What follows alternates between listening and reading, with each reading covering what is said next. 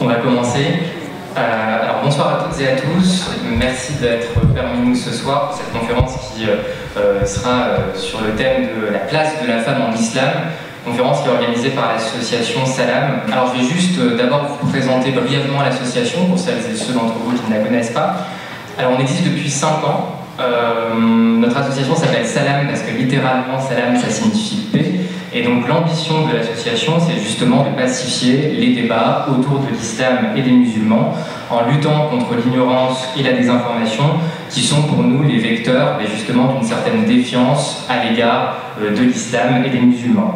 Alors on souhaite inviter à découvrir la richesse, la diversité et la complexité de l'islam en proposant tout au long de l'année un certain nombre d'événements, pas que des conférences.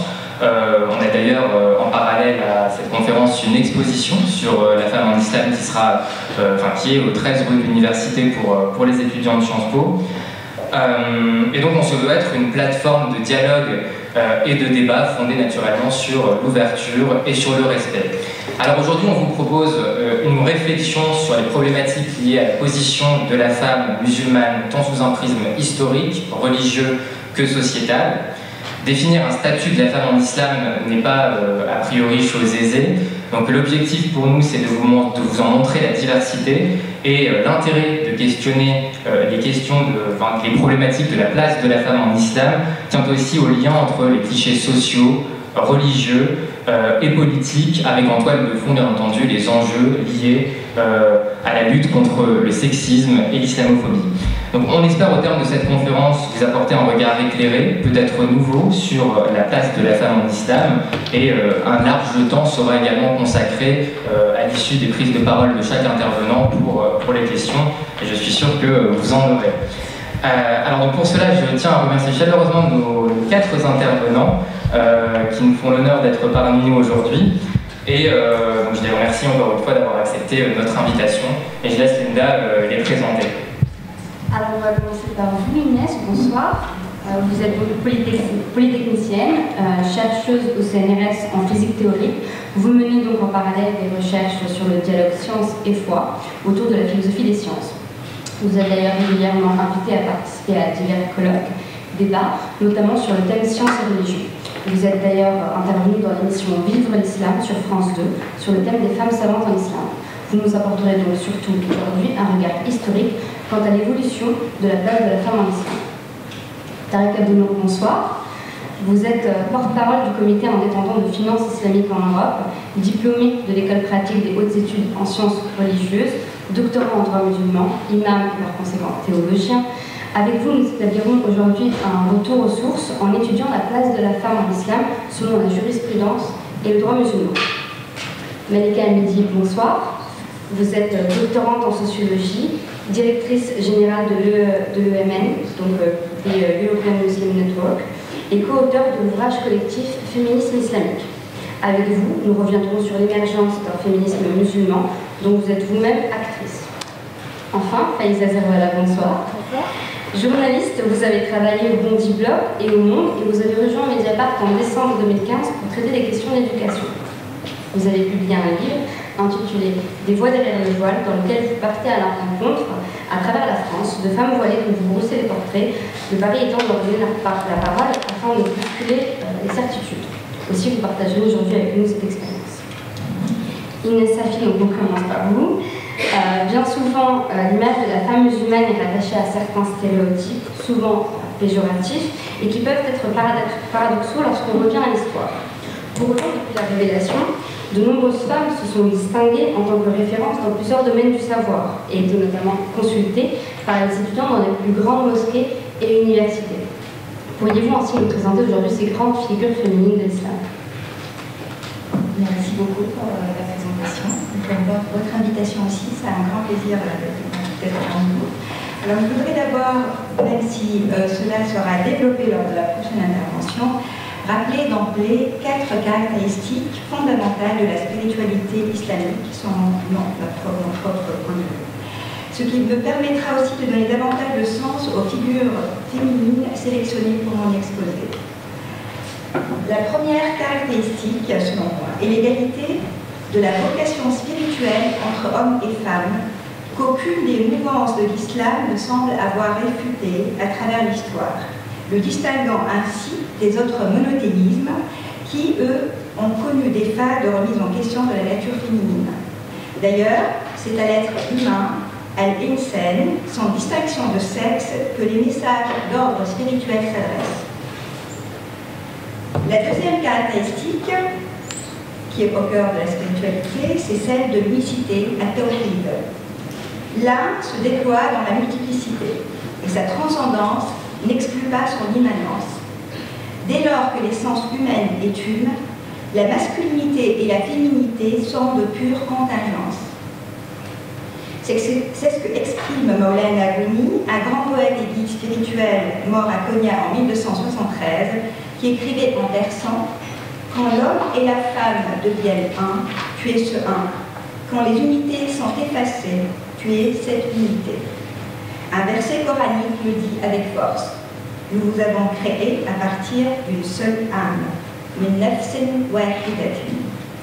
C'est ainsi que Adam ou Hawa, Adam et Ève, sont perçus comme des jumeaux dans plusieurs œuvres spirituelles historiques. Et nulle part ne se trouve dans le Coran la mention qu'Ève est extraite des côtes d'Adam. Ève n'est pas non plus responsable du péché, et aucun péché originel n'est d'ailleurs porté par l'être humain. La troisième caractéristique est que la quête spirituelle de toute femme ou tout homme a pour but ultime la connaissance, qui se nourrit de l'amour et le nourrit à son tour. La connaissance est celle de la beauté de ce qui est, et la beauté de l'être se réalise aussi par sa connaissance. Aimer et connaître non seulement les êtres vivants, mais aussi le cosmos n'est guère qu'une option. C'est un fondement même du cheminement.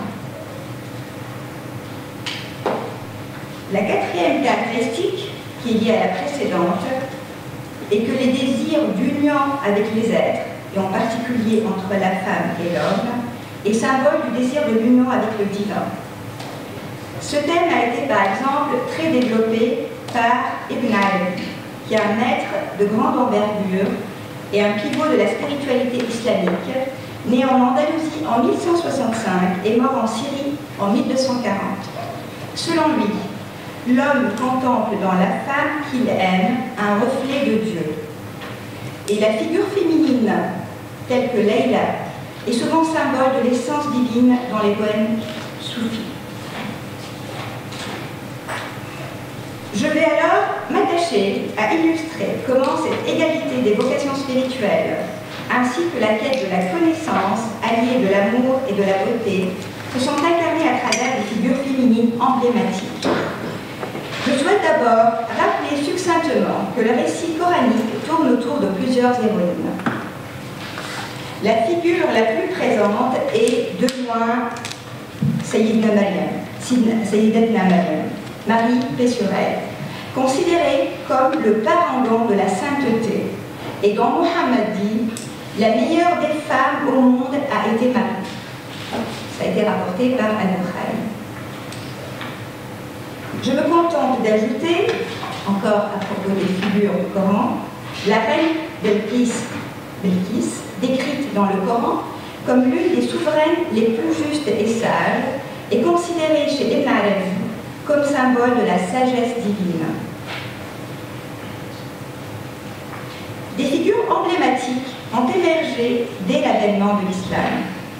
En vue de l'importance du temporel comme tremplin vers l'élévation spirituelle, elles ne sont pas cantonnées à l'ascèse et encore moins à la rôle domestique.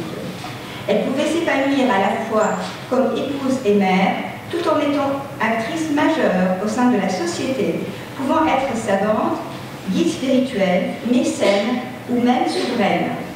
Elles avaient souvent des aptitudes pour divers domaines, un trait commun avec les hommes. Je vais commencer par certaines des femmes qui ont énormément compté pour Mohammed: Khadija, Aïcha et Fatima. Après Marie, Mohammed aurait dit « La meilleure des femmes de ma communauté a été ma première épouse Khadija », rapportée aussi par Al-Bukhari. Khadija fut une riche et puissante commerçante qui épousa Mohammed de modestes conditions et alors âgée de 25 ans. Ils vécurent 25 ans ensemble jusqu'à la mort de Khadija en 620. Mais notez bien, elle était son employeur. Elle avait 20 ans de plus que lui. Elle avait divorcé une fois et perdu son deuxième mari avec 3 enfants issus de ces 2 mariages. Et elle demanda, par l'intermédiaire d'une amie, Nufaysa, la main de Mohammed. Et puis, elle le logea dans sa demeure. Mohammed en fut aussi extrêmement amoureux et n'avait épousé aucune autre femme de son vivant. Khadija a été le premier être humain à avoir cru en son message 2 ans avant qu'il ne le rende public et l'a admirablement soutenu. Elle fut ainsi la première femme d'affaires et de pouvoir lors de l'avènement de l'islam. C'est grâce à sa protection face à l'hostilité des Korachites qu'il a pu poursuivre sa mission. Il suffit de noter que c'est en moins de 2 ans après la mort de sa bien-aimée, une épreuve très douloureuse pour lui, qu'il fut obligé de quitter la Mecque pour échapper à un complot d'assassinat en l'année 622. Khadija fut donc une marraine pour Mohammed, mais aussi pour l'islam avec lui.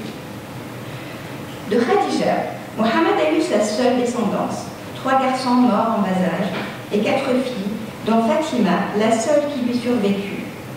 Celle-ci est distinguée aussi parmi les 4 femmes des univers, à côté de Maryam, Marie, Assia, épouse de Pharaon, et Amina, la mère du prophète. Fatima est aussi une figure primordiale du chiisme, au sein duquel elle est perçue comme dispensatrice de la sagesse et de la connaissance spirituelle. On rapporte à son propos de multiples hadiths dont je cite « Voyez, moi j'embrasse les mains de ma fille, je la fais asseoir à ma place et je lui rends les honneurs et le respect qui lui sont dus. Fatima est la lumière de mes yeux et le fruit de mon cœur et de mon esprit. Elle est un ange à existence humaine. Quand mon cœur brûle du désir d'être au paradis, j'embrasse le cou de Fatima. La fille doit parcourir le chemin de la perfection et franchir les étapes comme le garçon. 1 ou 2 ans après la Hijra à Médine, Mohammed épousa Aïcha, connue pour sa vivacité, son intelligence et son insatiable curiosité. En plus de la mente gracieuse, parfois exigeante et jalouse, elle fut reconnue publiquement comme l'un des plus éminents docteurs de l'islam. Un compagnon du prophète, Abu Moussa al-Ash'ari, mort en 672, rapporte à son propos. À chaque fois que nous, compagnons de Mohammed, avions du mal à comprendre une tradition, nous allions trouver la solution auprès de Aïcha. Si on additionnait l'intelligence de tous les hommes, celle-ci n'égalerait point celle de Aïcha. C'est rapporté par Tirmidhi et Ibn Hanbal. Aïcha fut une source de premier plan en termes de du corpus des hadiths et de la sira, c'est-à-dire les paroles attribuées à Mohammed ainsi que sa biographie, et avait des aptitudes en administration. Des milliers de femmes, nommées Muhaddithat, en suivit son exemple. Un universitaire d'Oxford, Dr Medawi, en a relevé au moins 8000 dans une encyclopédie biographique de 40 volumes. Cela m'amène à évoquer des femmes érudites, dont plusieurs ont joué le rôle de guide spirituel, pas seulement pour des femmes, mais pour des hommes, au fil de l'histoire et dans toutes les contrées. On ne cesse d'ailleurs d'en découvrir, et les millions de manuscrits encore inexplorés nous réserveront probablement des surprises, pourvu que l'on s'attribue les moyens de les sortir de leurs étagères. Une figure incontournable, dont le rayonnement a franchi les frontières du monde islamique et des siècles, est Rabia al-Adawiyya, qui naquit à Basra, en Irak, au début du 8e siècle, sous le règne abbasside. Elle connut donc en partie le règne de calife Haroun al-Rachid. Elle a été une conseillère spirituelle de l'exégète médinois Al-Hassan al-Basri. Rabia induit une transition clé. Elle modifie la doctrine du pur amour. On rapporte qu'elle se promena avec un seau dans une main et une torche dans l'autre, disant vouloir éteindre les flammes de l'enfer et brûler le paradis, et clamant « Je ne t'adore, Seigneur, que pour toi, car tu mérites l'adoration. Alors ne me refuse pas la contemplation de ta face majestueuse. Cette légende s'est frayée le chemin dans le monde chrétien, introduite par exemple par Joinville, représentant de Louis IX, comme le note Anne-Marie Chimay dans son livre L'islam au féminin. Son influence fut sans frontières et elle ne cessa d'être une figure de référence tant chérie et vénérée par d'autres maîtres spirituels. Ainsi, le grand érudit afghan Jami, décédé en 1492, donc bien plus tard, a écrit à son sujet: si toutes les femmes ressemblaient à celles que nous avons nommées, alors les femmes seraient sans doute préférables aux hommes. Une autre grande sainte, née alors que la Bia est encore en vie, ayant grandi à Médine, puis vécu au Caire, est Sayyida Nafissa, qui est morte en 823. Selon l'islamologue Éric Geoffroy, elle fut appelée la Dame précieuse en science et en gnose, et la patronne des mouftis et des saints. Elle connut une amitié profonde avec l'imam Shafi'i, qui est mort en 820, qui est fondateur de l'une des 4 écoles juridiques principales de l'islam. Je tiens quand même à noter que l'imam Shafi'i était opposé à ce qu'on se réclame de lui et qu'on fasse de sa doctrine l'objet d'un nouveau conformisme après sa mort. L'imam demandait à Nafissa son intercession lorsqu'il était malade. Et c'est elle-même qui dirigea la prière mortuaire à son décès, comme le relève aussi Éric Geoffroy. Je voudrais enfin évoquer une troisième femme érudite, Bibi Hayati Karmanim, qui me semble significative à plusieurs niveaux. Elle a vécu sous le règne des Qajars dans l'Iran, alors bien plus étendue, avant sa déstabilisation et ses amputations causées par la Russie et la Grande-Bretagne.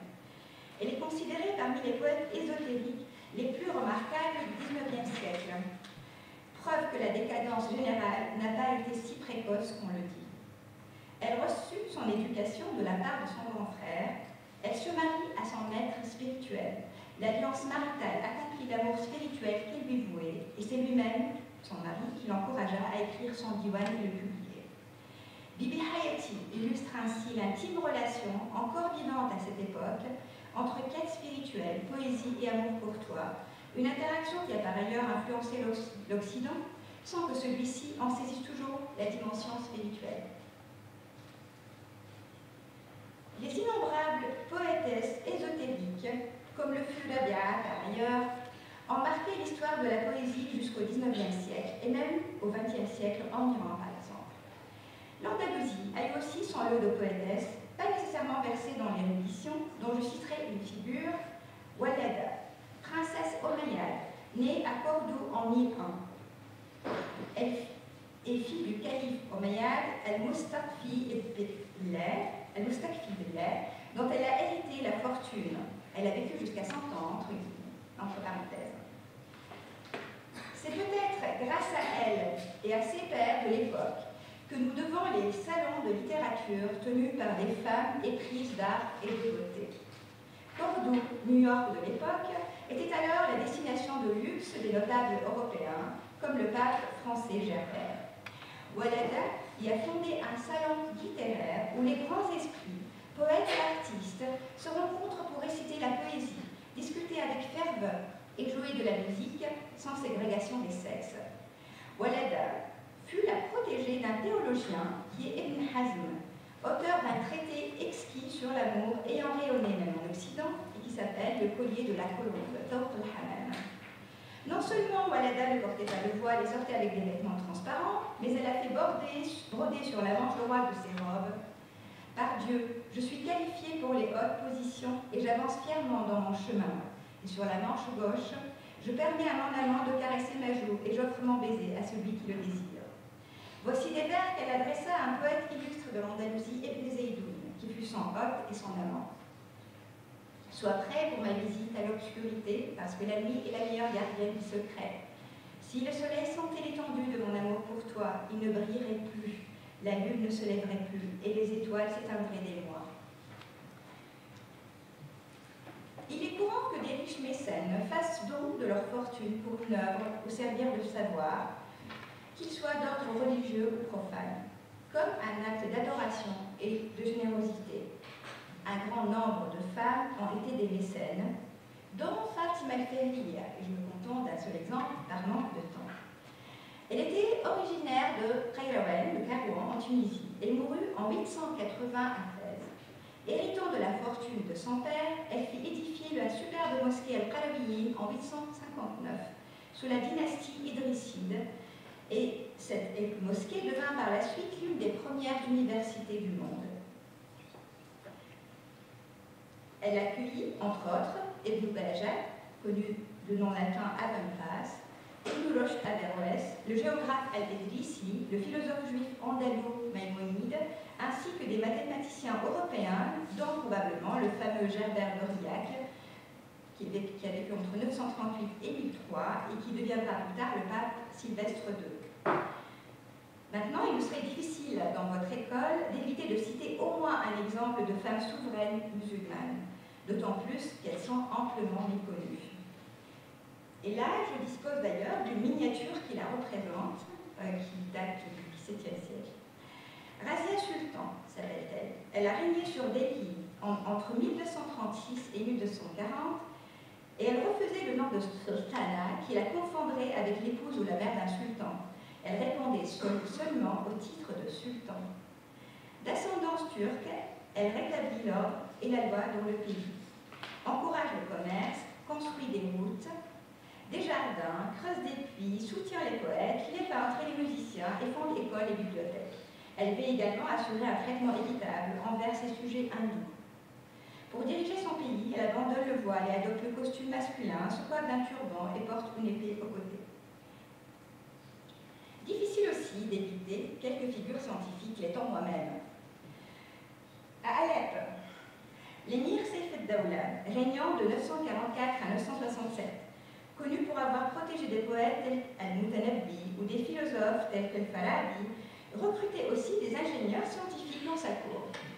Parmi eux figure Mariam al-Azliya, surnommée Al-Astrolabiya, pour son savoir astrolabia, pour son savoir-faire remarquable dans la conception et la fabrication des astrolabes, un savoir qui lui fut transmis par son professeur Butolus et son père. Elle est citée par Ibn al-Nadim dans Kitab al-Fahrist, le premier index complet, qui recense l'ensemble des livres écrits en langue arabe à son époque. Je citerai aussi la mathématicienne Lobna de Cordoue, ayant vécu au Xe siècle, et qui semble avoir eu la capacité de résoudre les problèmes algébriques et géométriques les plus complexes de son époque. En même temps, ses capacités littéraires lui ont permis de devenir la secrétaire privée du calife omeyyade de l'Espagne à cette époque, Al-Hakam II. Au même siècle, mais bien loin de là, à Bagdad, citons Soutaït al-Mahamali, morte en 987 et mentionnée avec éloge par Ibn al-Jawzi, par Ibn al-Khatib al-Baghdadi, par Ibn al-Kathir. Elle n'était pas seulement mathématicienne, mais aussi versée dans la science du hadith et de la littérature. Elle fournit des solutions à des équations qui ont été citées par d'autres mathématiciens. Une telle pluridisciplinarité nous renforce dans l'idée que les héroïnes féminines savantes de contes célèbres ayant marqué toute l'humanité n'étaient pas complètement fictives. La collection la plus célèbre ayant été compilée sur plusieurs siècles est certainement Les Mille et Une Nuits. Il faut rappeler le drame à l'ouverture. Un roi trompé par son épouse, exterminant les femmes et les tuant après avoir passé la nuit avec elles, tuant symboliquement dans l'œuf la pérennité et la beauté de l'espèce humaine.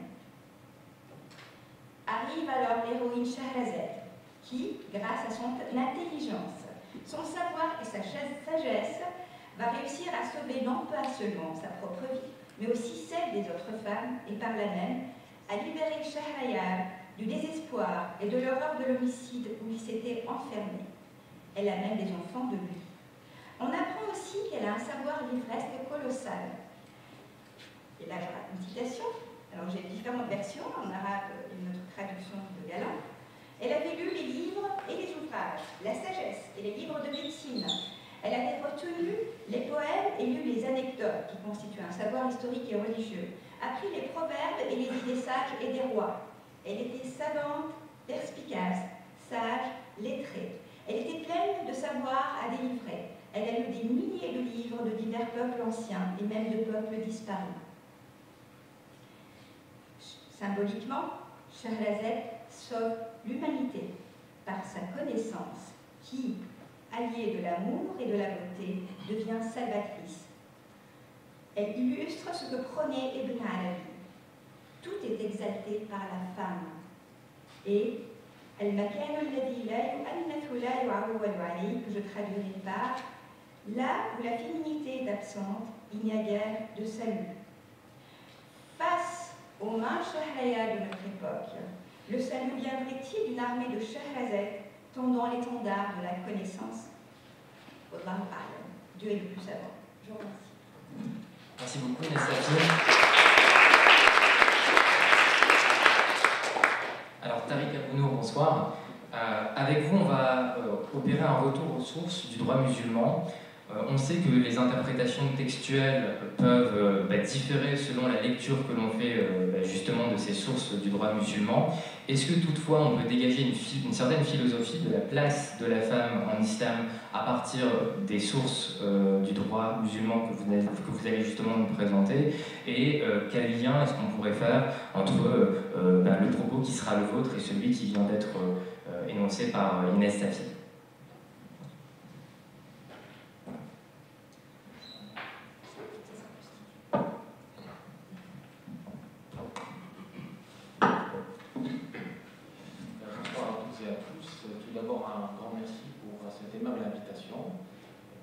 Deuxième ici à Sciences Po, donc on en réjouit, toujours un public chaleureux et des questions pertinentes. Je l'espère en tout cas pour ce sujet sensible et épineux, et qui est toujours d'actualité, qui le restera tant qu'on est dans ce monde. Alors, je traiterai le sujet sous différents axes qui sont, vous l'avez compris, pas du tout sociologiques ou anthropologiques, mais surtout théologiques. Et qui dit théologique dit référence, et donc je me réfère aux textes scripturaires, qui sont donc pour l'islam le Coran et la tradition prophétique, qu'elle soit orale ou comportementale, et aussi et surtout ce que le devenir en fait de la femme entre religion et culture. Et donc là où j'essaierai de mettre, on va dire, en valeur le message que je veux transmettre, c'est que je parlerai brièvement des femmes modèles au point de vue théologique. Premièrement, donc, premier axe, je vais parler d'un petit historique de la situation de la femme en général avant l'islam, c'est-à-dire en pré-islam. Ensuite, je parlerai du statut de la femme selon les textes scripturaires, notamment le Coran et la tradition. Et enfin, je parlerai de quelques femmes citées dans le Coran, et pour ne pas faire de répétition, je me contenterai de citer ce qui n'a pas été cité, tout simplement. Premièrement, donc effectivement, dans la période pré-islamique, avant l'avènement de l'islam, pas seulement en Arabie, mais dans le monde de l'époque, qui était gouverné par deux grandes puissances, un peu comme aujourd'hui, le monde perse et le monde romain, enfin l'empire perse et l'empire romain. Et bien évidemment, les tribus arabes étaient simplement portées allégeance à l'un ou à l'autre, un peu comme aujourd'hui. Je fais le clin d'œil parce qu'on est en sciences politiques, donc la religion et la politique, malheureusement, c'est toujours entremêlé. Et donc à l'époque, effectivement, la femme, malheureusement, elle n'avait pas d'existence humaine. Elle était considérée comme un objet de désir. Et elle était même, malheureusement, un objet d'héritage, c'est-à-dire un objet qu'on héritait après la mort de son maître ou de son mari. C'était terrible. Mais ce qui était plus terrible encore, c'est ce que nous décrit le Coran dans le verset sur la Nahl. Et je suis désolé, je cite toujours les textes scripturaires dans leur langue d'origine et je les traduis ensuite, bien sûr, parce que traduire, c'est toujours trahir un peu.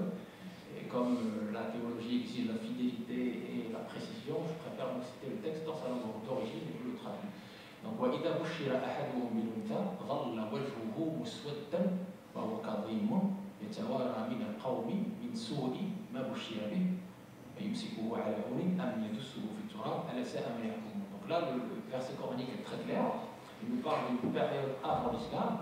Dieu nous dit, et quand l'un d'entre eux, il nous parle des polythéistes Quraysh, Quraysh, tribu mécoise, quand l'un d'eux on lui annonce la naissance d'une fille, eh bien son visage devient sombre de l'horreur de l'annonce qu'on lui a faite. Et donc il s'empresse à l'ensevelir vivante. Et ça c'est horreur, c'est une horreur. Et le Coran traite ça d'un péché qui n'a pas de qualificatif, c'est une abomination. Et justement, il dit quel mauvais jugement. Et donc la première chose que l'islam a rétablie, c'est justement d'enterrer justement cette tradition barbare et inhumaine.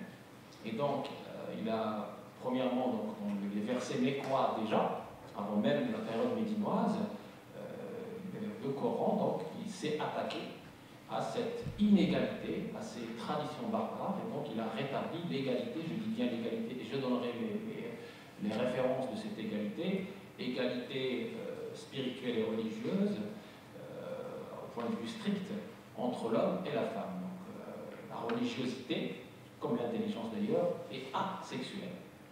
Je le démontrerai à travers les textes. Et donc, le prophète de l'islam lui-même il avait le visage lumineux lorsqu'on lui a appris la naissance de sa fille, donc, contrairement aux Arabes de l'époque. Et je parlerai de la femme mère, de la femme épouse, de la femme sœur et de la femme jumelle. Donc, cette inégalité, vous l'avez compris, ou ce traitement qui a été fait contre la femme n'est pas religieux, il est justement culturel. On va le démontrer à travers ce que je suis en train d'exposer.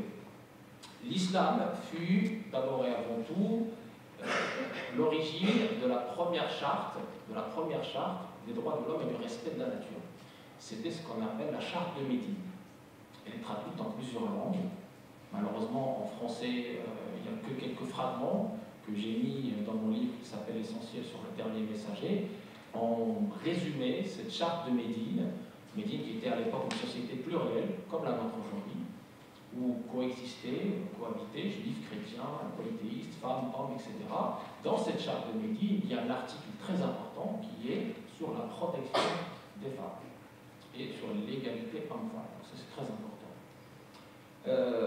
Évidemment, le Coran et la Sunna ont la traduction de cette égalité, c'est qu'il y a certes des différences physiques entre l'homme et la femme, personne ne peut les nier, et que, conformément à ces différences physiques, la charia, c'est-à-dire la législation, la charia qui se traduit par chemin à suivre, tout simplement, loin des clichés qu'on peut entendre par-ci et par-là, la législation a justement instruit les droits et devoirs de l'homme et de la femme en fonction de la prédisposition naturelle de chacun et de sa constitution. Donc, il a établi une norme en fonction de cette différence. Par exemple, la femme peut enfanter, l'homme ne peut pas enfanter. Suite à cette distinction, différence naturelle, il y a une récompense de la femme qui est supérieure à celle de l'homme. Pareil pour l'allaitement. L'allaitement, la conséquence de l'allaitement, ce sont des récompenses divines que l'homme, malheureusement, n'a pas. Voilà. L'islam a défini pour la femme sa part de l'héritage, parce qu'avant elle était un objet à hériter, donc il y a quand même une grande différence. Il lui a permis de contribuer à l'évolution de la société en lui permettant de témoigner, avant elle ne pouvait pas témoigner, de voter. Le premier vote en islam, c'est le vote de ce qu'on appelle Bay'at al-Aqaba ou Bay'at al-Nisa, l'allégeance des femmes, qui est citée dans la sourate al-Mumtahina. Rappelons au passage que les femmes ici en France n'ont plus le droit de voter qu'en 1945, suite à la Deuxième Guerre, qui a malheureusement fait disparaître la majorité des hommes. C'était plus une contrainte économique qu'un souci d'établir l'égalité.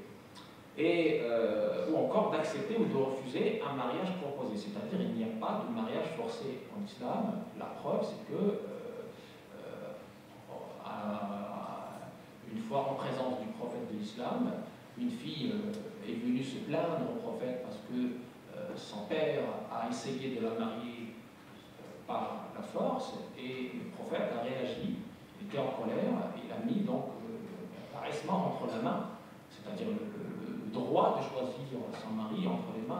de cette fille et il a blâmé ce père qui a essayé de marier par la force sa fille à quelqu'un qu'elle n'aime pas. Pour les relations ou la relation conjugale, le Coran nous dit clairement, parmi ces signes, il a créé des épouses pour que vous viviez en tranquillité, en apaisement avec elles. Il a mis entre vous de l'affection, de l'amour et de la bonté. Surat An-Nahl, verset 72. Et par rapport à cela, justement, la femme épouse, le Coran nous dit, et comportez-vous convenablement envers vos femmes, c'est-à-dire le meilleur comportement envers la femme. Et si vous avez quelque aversion envers votre épouse, ça peut arriver dans une relation conjugale, il n'a pas dit allez-y au divorce, il a dit tout simplement sachez que l'on peut avoir parfois de l'aversion envers quelqu'un qui peut cependant être pour nous la source d'un grand bonheur. Surat An-Nisa, la sourate des femmes, verset 19. Et donc, la femme, vous l'avez compris, c'est l'épouse, donc c'est aussi elle qui donne la vie, donc c'est la source de la vie, c'est le moyen de la société. Elle est au centre des préoccupations de la religion musulmane dès l'avènement de l'islam. Et comme le féminisme existait tout le temps, certaines femmes sont venues voir le prophète de l'islam en lui disant mais dans le Coran, on parle beaucoup d'hommes, on parle de ce que vous faites, de ce que, voilà, il y a beaucoup de masculins. Et le prophète s'est tu, et le verset coranique de la sourate Al-Ahzab a été révélé par l'ange Gabriel, Inna muslimina wal muslimat, wal mu'minina wal mu'minat, wal khashi'ina wal khashi'at, wal sadiqina, etc. Donc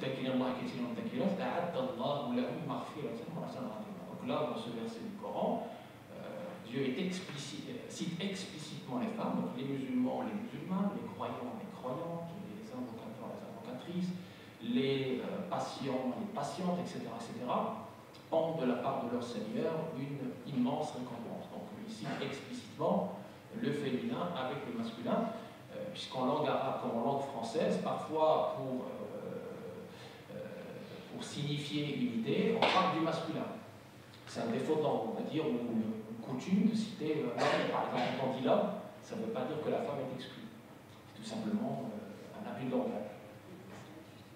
Voilà, et ça c'est très important à dire. Donc ce verset coranique a été révélé dans ce sens pour expliciter ce qui était implicite. Le prophète de l'islam n'a pas manqué de souligner dans un hadith authentique les femmes sont les sœurs germaines des hommes. An-nisa'u shaqa'iqu ar-rijal.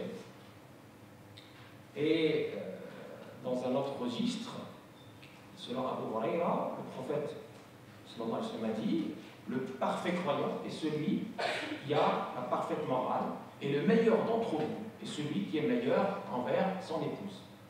Donc il a lié la foi au comportement exemplaire avec l'épouse. Et vous imaginez bien pourquoi, parce que justement, quand la famille est sereine, quand le lien homme-femme est resserré, apaisé, bien évidemment, la société ne peut qu'aller mieux.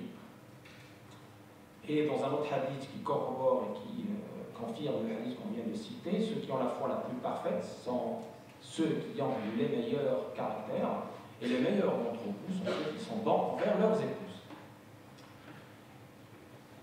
Et très important aussi, parce que ça va faire évanouir tous les clichés qu'on entend sur le dernier messager,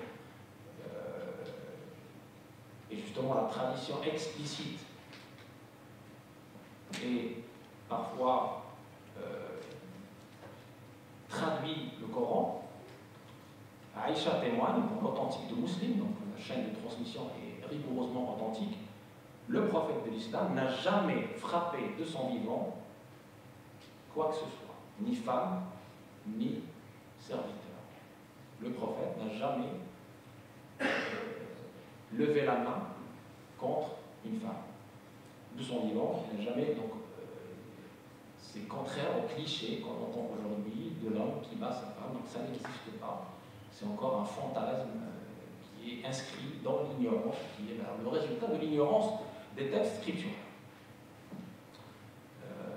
Et donc, encore une fois, pour aller dans ce sens et donner l'image réelle du prophète de l'islam tel qu'il était chez lui, dans son intimité, donc, pour savoir comment ce prophète il était, qui est le modèle des musulmans finalement. Le Coran nous dit, vous avez eu dans le prophète, dans le messager, le meilleur modèle pour ceux qui croient en Dieu au jour dernier et qui invoquent Dieu abondamment. Et donc, dans la tradition authentique, les gens qui vivaient avec le prophète donc, témoignent d'un homme jovieux, avenant, toujours souriant, contraire au cliché, encore une fois, qu'on entend dans les médias, qu'on peut, même chez certains musulmans malheureusement. Eh bien, il était chez lui, donc comment Ali, Al-Hassan et Al-Hussein décrivent le prophète dans son intimité, dans sa maison. Ils disent donc, Aïcha, Ali, Hassan et Hussein rapportent avec des versions sensiblement les mêmes. Il était au service des siens. Il triait et raccommodait ses vêtements, trayait sa chèvre, arrangeait ses souliers, se chargeait de ses affaires personnelles, aidait à nettoyer la maison, attachait le chameau et lui donnait du fourrage, mangeait avec les serviteurs, préparait la pâte avec eux et faisait les courses. C'était ça le dernier message. Rien à voir avec l'homme qui va faire comme ça, on va attendre que ça se passe, voilà. Et il avait fait un jour avec son épouse Aïcha une course à pied qu'elle avait gagnée. Plus tard, ayant pris du poids, elle perdit, ce qui lui fit dire au prophète, nous sommes à égalité à présent. Lorsqu'elle buvait d'un récipient, il s'empressait pour buver en mettant sa bouche au même endroit qu'elle. Lorsqu'elle mangeait d'un récipient, il mangeait du même endroit ou à proximité. Il reposait sa tête sur ses genoux et pouvait même réciter le Coran alors qu'il était dans cette position. Donc c'est ça, enfin, c'est quelques éléments qui vous montrent le prophète dans son intimité. Bien sûr, l'islam a protégé la femme d'elle-même et des abus des hommes en instaurant même dans le cas où ça se passe mal avec son épouse, ce qu'on appelle une nafaqa, une pension alimentaire, qui a été après, qui a inspiré le droit français, le droit européen plus tard. Et au niveau politique, donc, il y avait évidemment dans les textes, en tout cas, il n'y a aucune contradiction que la femme occupe des postes importants. Et au niveau social, les femmes travaillaient déjà à l'époque du prophète et ils exerçaient divers métiers. On avait même le métier de hisba, c'est-à-dire la contrôleuse des comptes, dont le marché de l'époque était donné à une femme à l'époque de Omar ibn Khattab. Et les femmes étaient avec les hommes dans une même mosquée. Il n'y avait pas une mosquée pour les hommes et une mosquée pour les femmes. La preuve, c'est qu'une fois, une femme a interrompu Omar dans son discours, dans son prêche du vendredi, ô combien important, comme vous le savez, et en lui disant, voilà, parce que Omar avait décidé d'alléger les dots, et cette femme l'a interrompu et l'a rappelé un verset du Coran, et Omar est revenu sur sa décision. Il n'avait pas blâmé cette femme, mais personne n'a blâmé cette femme qui a parlé dans une assemblée d'hommes et qui a osé contredire le calife, le deuxième calife de l'islam. Et donc, c'est aussi important de dire que parmi les femmes, les éminentes femmes, vous avez cité Khadija, qui tient un grand soutien, et une femme d'affaires, une femme politique, une femme d'un éminent caractère. Aïcha fut surnommée également Mu'allimat al-Rijal, l'enseignante des hommes. Elle enseignait la jurisprudence aux hommes. Le prophète a dit, prenez votre science sur cette romaïra, sur cette rouge. Il avait ce petit surnom qu'il lui donnait. Et Aïcha fait partie du top 5 des muhaddithines, c'est-à-dire des transmetteurs du hadith. Juste après Abu Huraira. Et donc c'est très important de signaler également qu'au fil des générations, il va y avoir une dégradation de la situation de la femme qui malheureusement n'est pas due à l'islam lui-même, mais d'abord à la compréhension du texte, ou à la compréhension, au mélange qui a été fait entre le texte et le contexte, ou entre la culture et la religion. Et contrairement aux belles images que vous nous avez données tout à l'heure, des femmes qui présidaient des chaires de sciences ou qui étaient dans la spiritualité comme Rabia al-Adawiya, on va assister à partir du XVIIe siècle à des mouvements qui sont contraires à la tradition authentique de l'islam, qui vont marginaliser la femme, qui vont justement mettre la femme dans un statut malheureusement qu'elle avait avant l'islam. C'est l'émergence de ce qu'on appelle les littéralistes.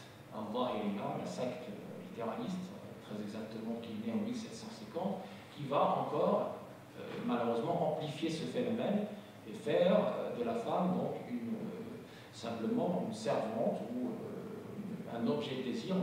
On va malheureusement avoir cette dégradation de la situation de la femme qui n'est pas due au texte scripturaire, qui est due justement, c'est une déformation purement humaine. Pour finir, donc, il y a le Coran a cité élogieusement plusieurs femmes. Marie, bien sûr, qui a été citée 34 fois dans le Coran. Et il y a une sourate qui porte son nom, la sourate de Marie. Asiya, la femme du pharaon. Balqis, la reine de Saba. Khawla bint Ta'laba, qui a été citée dans la sourate Taraq. Ou encore Aïcha, qui a été défendue par le Coran, donc dans la sourate La Lumière. Et plusieurs autres femmes, donc, la mère de Marie aussi, et la seule femme qui a été citée par son nom dans le Coran est Marie. La seule femme qui a été citée nominativement et non implicitement dans le Coran est Marie, pour prouver aussi cette relation très intime qu'on a avec Marie et Jésus, c'est-à-dire tout le statut de Marie et de Jésus dans le Coran. Enfin, donc, je m'arrêterai là pour vous donner quelques éléments de bibliographie. Il y a l'entourage féminin du prophète, du docteur Abdallah Pello, aux éditions Alif. Il y a les filles du prophète de l'islam, donc Zina Bouqayya, Fatima Zahra, auteur Fadal Haja, édition universelle. Il y a les épouses des prophètes au pluriel, auteur Fadal Haja aussi, traduit par Mohammed Ben Hamza, édition universelle. Il y a la vie de Khadija, toute la série des femmes spirituelles, la vie de Khadija, la vie de Fatima Zahra et la vie de Aïcha. Et aussi la vie de Rabia al-Adawiya, figure de l'amour inconditionné, auteur Jamal Din Baghal, édition Iqra. Donc ce sont des ouvrages en français qui sont importants pour celles et ceux qui veulent aller plus loin.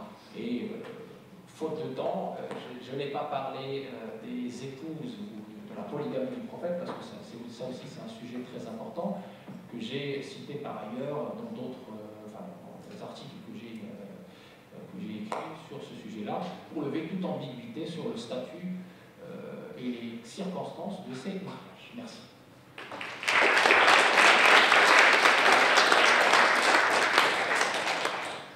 Merci beaucoup.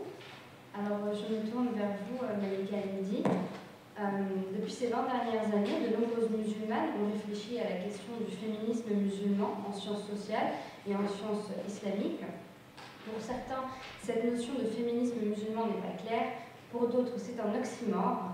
Alors, qu'est-ce que le féminisme musulman? Est-il différent des autres féminismes? Et quel avenir, selon vous, de ce mouvement? Bonsoir.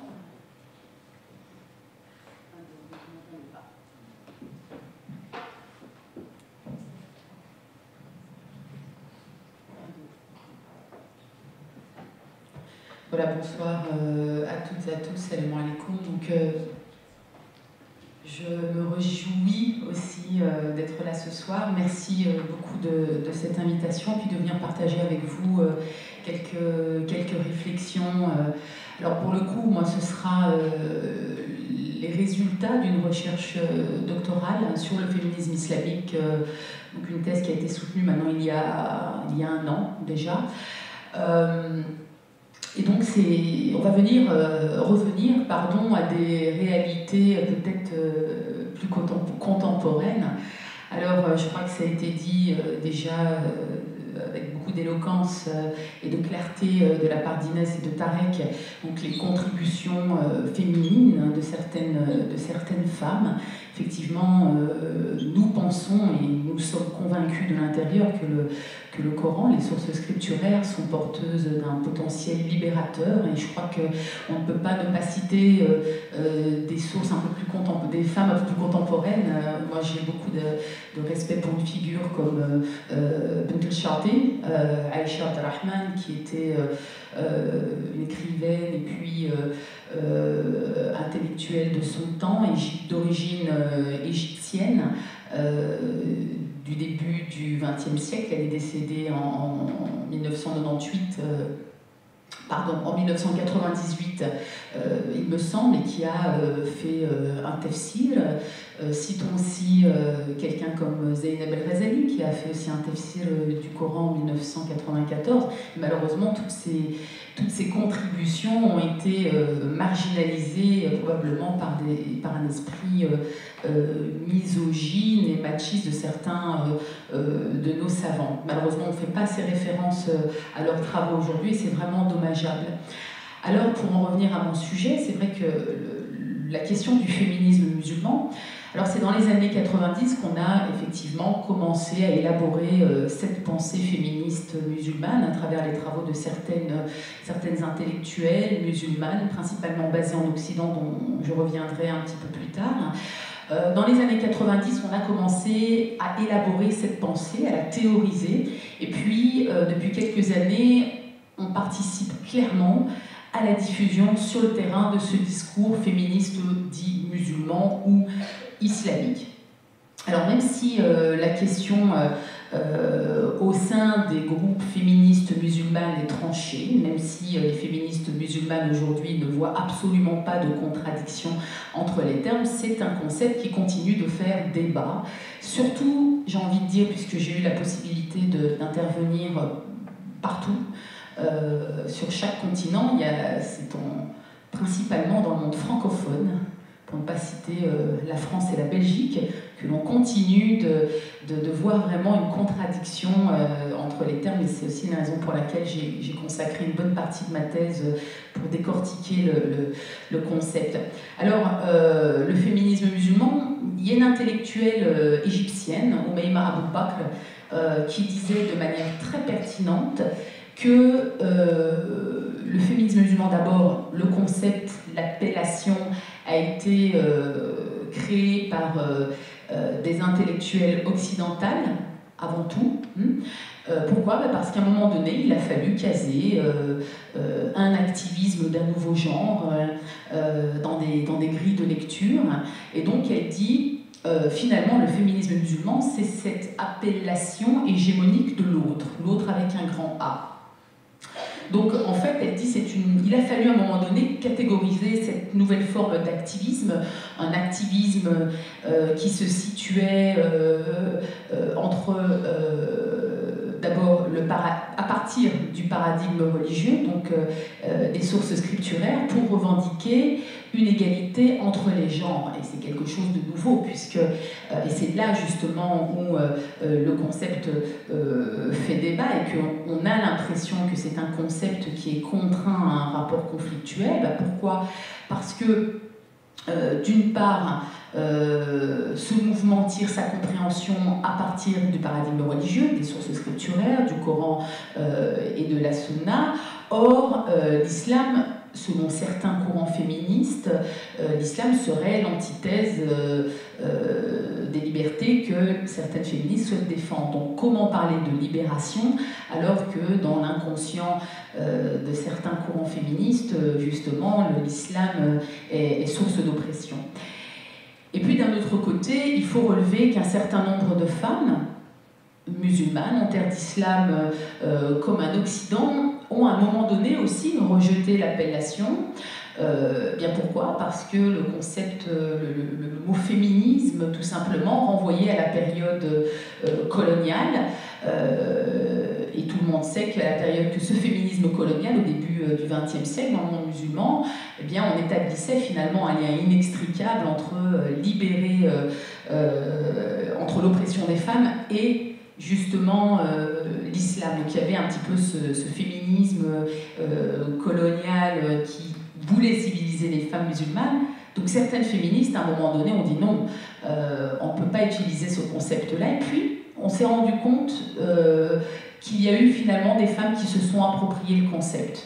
Vous avez une grande figure que vous connaissez certainement ici, puisque c'est une figure féministe musulmane intellectuelle qui a été fortement médiatisée, puisqu'elle avait dirigé une prière devant des hommes, à savoir Amina Wadoud.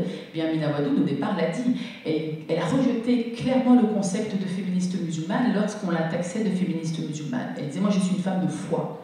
Je suis une femme de foi avant tout. Je ne suis pas féministe musulmane. Et c'est seulement ces dernières années qu'elle s'est approprié le concept, qu'elle a accepté ce label, puisqu'elle a dit, eh bien, puisque finalement il faut passer par ce label-là pour qu'on comprenne mieux mes travaux, eh bien, ok, je l'accepte.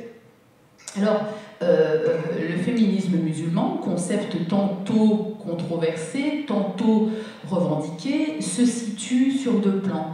Il y a d'abord, il faut le situer d'abord en tant que mouvement de pensée, parce que c'est d'abord à partir de la pensée qu'on a commencé à parler du féminisme musulman.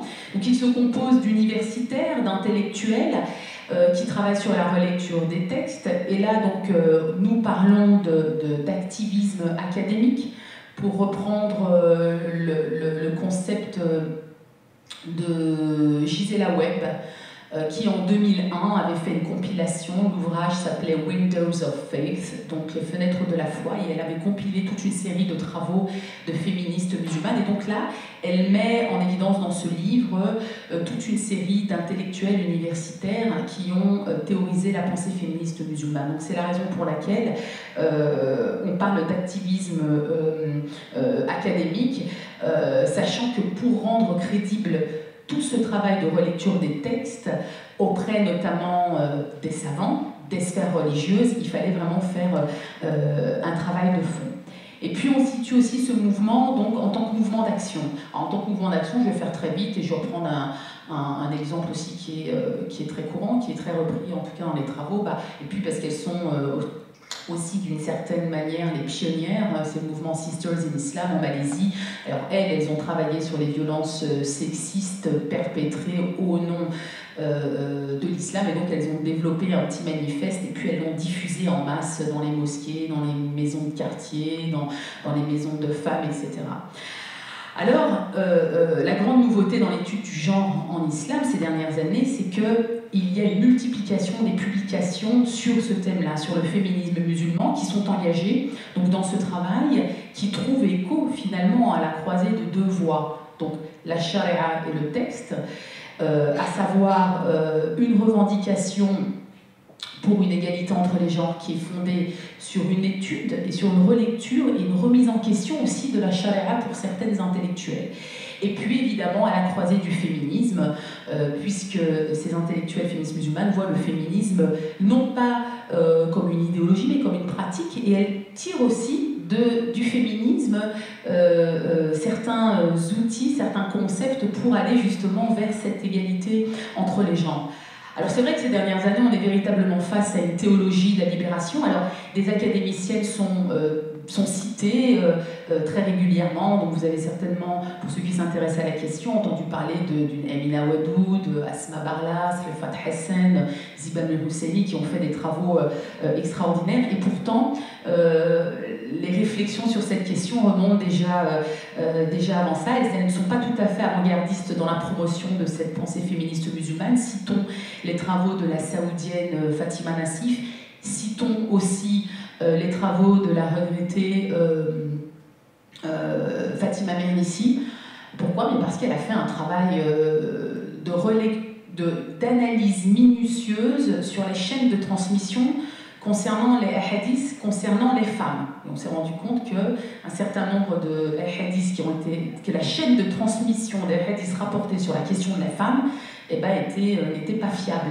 Et elle a fait un travail scientifique, minutieux, donc je crois qu'il faut lui rendre hommage pour ce travail-là. Il y a en Turquie Hidayet Yüksel, qui était la représentante du mouvement de réforme islamique en Turquie, et qui encore dernièrement travaillait sur une relecture aussi là, des hadiths concernant les femmes, et qui a travaillé aussi sur une interprétation moderne. Donc on est face à des femmes qui sont engagées dans ce processus de réforme, qui passe donc par revisiter la charia, revisiter les méthodes d'approche. Au jour d'aujourd'hui, je ne connais pas de méthode d'approche des textes qui a été, peut-être que je me trompe, je ne suis pas théologienne, je ne suis que sociologue, mais en tout cas définir, construire une méthode d'approche interprétative, contextualisée sur les questions liées aux femmes. On n'en est pas encore là, mais on en est en tout cas au premier balbutiement. Alors ce qu'il faut rappeler aujourd'hui, c'est que le féminisme musulman arrive à une ère de la mondialisation, et on est face ces dernières années à toute cette génération de féministes musulmanes dont j'ai parlé tout à l'heure, qui ont compris une chose, c'est que c'est un discours qui reste élitiste et qui ne touche pas le terrain. Venez en France, en Belgique, moi ma thèse était d'interviewer des féministes musulmanes sur le terrain belge et français. C'est vrai que le concept de féminisme musulman, en tout cas la pensée, d'abord beaucoup des écrits sont en langue anglaise, donc quand vous n'avez pas la langue anglaise, c'est difficile d'avoir accès à la substance de la pensée de ces intellectuels-là. Et donc elles se sont rendues compte d'une chose, c'est qu'il fallait absolument faire la fusion entre la théorie de la pensée et le terrain. Et on a des intellectuelles musulmanes féministes qui ont utilisé des stratégies. Elles ont utilisé des stratégies qui a été d'utiliser évidemment les nouveaux outils de communication pour faire circuler un savoir au-delà des frontières à partir de cette même identité religieuse. Et c'est là où moi je parle de l'émergence de cette sphère publique féministe musulmane qui permet à des femmes donc, de se mettre en connexion au niveau international et puis de revenir avec de nouvelles questions, parce que quand vous partagez le savoir, quand vous partagez des contextes, des problématiques locales avec des femmes au niveau international, eh bien ça fait vraiment fluctuer la réflexion sur les questions liées aux femmes. Donc c'est un phénomène qui crée des nouvelles formes de questions, des nouvelles formes de revendications, d'engagement politique du local au transnational. Et nous assistons donc aujourd'hui à des intellectuels. Donc je citais Emina Wadoud, Aziza Hibli, Asma Lamrabet, Ziba Moussani. Elles ont utilisé des stratégies. C'est qu'elles ont créé des réseaux et elles ont diffusé la substance de leur pensée par ces associations qui sont connectées au terrain. Alors Emina Wadoud a fait un énorme travail avec le groupe Sisters in Islam, déjà dans les années 80. On a Aziza Hibli, que certaines connaissent certainement aussi, avec le réseau Karama. Je ne sais pas si en France on le connaît, en tout cas en Belgique elles sont très actives, donc elles travaillent sur la question du fiqh principalement. Elle est professeure de droit, elle s'est spécialisée en droit islamique. Et donc qu'est-ce qu'elle fait? Elle organise des séminaires avec des jeunes femmes, nous on a eu le cas en Belgique, mais des femmes de France aussi, des femmes musulmanes activistes sur le terrain, qui partent aux États-Unis et pendant un mois elles sont formées à la jurisprudence islamique, de manière à ce qu'elles puissent le contextualiser avec le contexte européen. Et là, le dernier projet qui naît, c'est Peaceful Lives, qui est un projet, c'est une première en Europe, il aura lieu en Belgique, et donc c'est de la médiation près des familles musulmanes, donc des femmes musulmanes belges qui sont parties aux États-Unis, qui ont été formées par des intellectuels comme Aziza Hibli et d'autres, et qui reviennent en Belgique et diffusent sur le terrain. Une autre intellectuelle aussi qu'on ne peut pas ne pas citer, Asma Lamrabet, qui avait fait ce travail-là avec le groupe JRFI, avec des femmes du monde entier. Puis le dernier né, c'est le Moussawa Movement, avec Ziba Moussani, donc le Moussawa Mouvement, qui est un mouvement transnational qui a été lancé officiellement en 2009 en Malaisie, qui a rassemblé 450 participantes, activistes, intellectuels venant de 45 pays différents. Et là, c'était l'occasion de partager des expériences de femmes pour dire que l'égalité dans la famille aujourd'hui est nécessaire à travers une approche holistique, et que c'est en mettant en commun les enseignements islamiques, le droit islamique combiné aux principes universels des droits humains, que l'on arrivera à cette égalité au sein de la famille. Donc, vous voyez un petit peu ces stratégies que ces intellectuels utilisent pour diffuser sur le terrain ce féminisme musulman. C'est pour ça qu'il faut parler d'un féminisme islamique mondialisé aujourd'hui. Pour en revenir rapidement, parce que j'ai que 3 minutes, ça va être difficile, le féminisme musulman à lui seul mérite, vous savez, c'est des colloques au niveau international. Simplement pour en revenir à des réalités plus européennes, françaises et belges, donc des femmes aujourd'hui qui définissent un peu cette identité hybride à la croisée de la religion, de la religiosité et du féminisme, donc des femmes d'abord en extra-communautaire qui deviennent visibles à partir de 2004. Pourquoi? Parce que on leur avait confisqué le débat au sujet du féminisme, de la question du foulard, et elles ont pris en main un peu ce dossier. Donc on a vu c'est cette irruption soudaine de femmes musulmanes dans la sphère publique, dans la sphère politique, ce qui a d'ailleurs exacerbé d'une certaine manière une certaine classe politique et intellectuelle, surtout en France, un peu moins en Belgique, mais surtout en France, donc certaines classes intellectuelles, politiques qui se disent progressistes, mais qui semblaient finalement très rétrogrades et réactionnaires à l'endroit de ces femmes qui émergeaient tout à coup. Donc on a eu cette visibilité croissante qui a créé de la crispation. Et puis en intracommunautaire, ça se passe en 3 temps. On a en 2000-2003 une féminisation d'abord du discours sur la femme. Donc des femmes qui parlent d'abord de leurs conditions de femmes. Donc moi je me souviens de cette époque-là, j'étais de l'intérieur, donc vraiment on parlait des droits de la femme, le mariage en islam, le divorce, l'être de la femme, etc. Donc c'était un petit peu ces questions-là. En 2003-2004, comme je le disais, on arrive au premier balbutiement du féminisme musulman, mais vraiment les premiers balbutiements, première l'émergence d'une posture féministe qui se construit, une posture féministe qui va questionner le mouvement féministe majoritaire français, belge, comme elles vont questionner le concept de laïcité aussi. Puis en 2009, je fais très vite, en 2009, on passe de l'émergence d'une posture féministe musulmane à l'affirmation claire.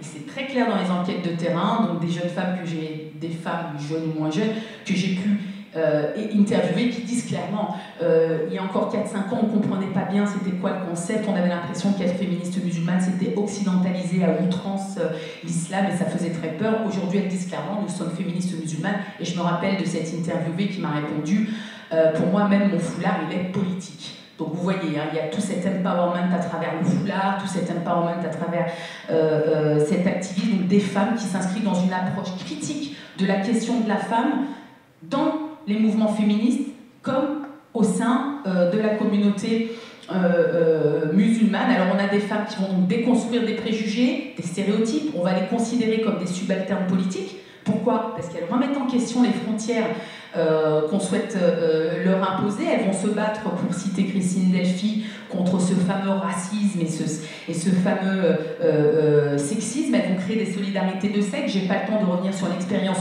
unique, et j'insiste encore sur l'expérience unique du collectif des féministes pour l'égalité, qui était, je me souviens encore à l'époque, le premier réseau de femmes qui rassemblait des femmes d'horizons divers, qui se situaient dans un féminisme diversifié, mais qui pour la première fois disait au nom du féminisme, le droit à l'éducation va être bafoué.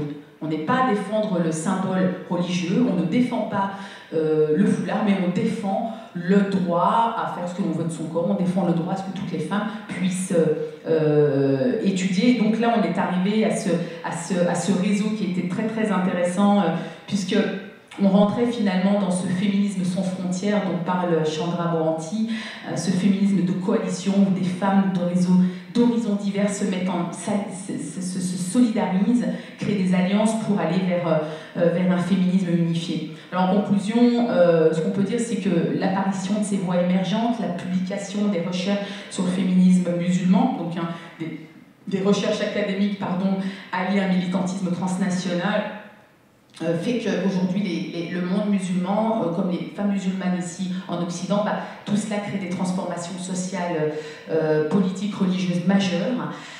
On a beaucoup parlé, vous savez, de cette 4e vague féministe, 3e voire 4e vague féministe. Je crois que le féminisme musulman aujourd'hui s'inscrit un peu dans cette 3e voire 4e vague féministe. Alors, non pas dans la continuité chronologique, mais simplement qui est de dire que d'un point de vue de la domination, il y a à réformer cette idéologie dominante de certaines féministes, puisque le défi aujourd'hui en France, pour ces féministes musulmanes, et ce qui ressort clairement des enquêtes de terrain, c'est qu'il faut évidemment décoloniser la pratique féministe, donc déconstruire ce rapport de domination entre les féministes blanches, entre guillemets, et les féministes musulmanes, décoloniser la recherche académique. Aujourd'hui, le féminisme islamique n'est pas reconnu scientifiquement. Pourtant, c'est un courant qui se traduit sur le terrain, qui n'a plus rien aujourd'hui à prouver. Il y a le défi aussi qui est mis en lumière par ces femmes qui est d'aller vers ce féminisme anticolonial, antiraciste et anticapitaliste. Alors évidemment, ce féminisme antiraciste et anticapitaliste composé aussi des féministes musulmanes est d'autant plus urgent, puisque aujourd'hui en Europe francophone, on a un renouvellement des systèmes d'oppression pour ces femmes musulmanes sur le plan économique et politique. Sur le plan économique, pourquoi? Bien parce qu'elles sont, il y a un problème du point de vue de l'embauche, donc elles sont discriminées, elles n'ont pas de travail, donc elles sont fragilisées économiquement. Et d'un point de vue politique, pourquoi? Parce que la question de la femme aujourd'hui est politiquement instrumentalisée et crée aujourd'hui des lois stigmatisantes et islamophobes à l'endroit des femmes. Donc c'est dans cette perspective que aujourd'hui les féministes musulmanes essaient de relever cet enjeu de créer ce féminisme inclusif qui doit être avant tout basé sur des stratégies de résistance solidaire afin de contrer tous ces rapports néocoloniaux entre les femmes. Voilà, je vous remercie de votre attention et j'ai dépassé de 4 minutes.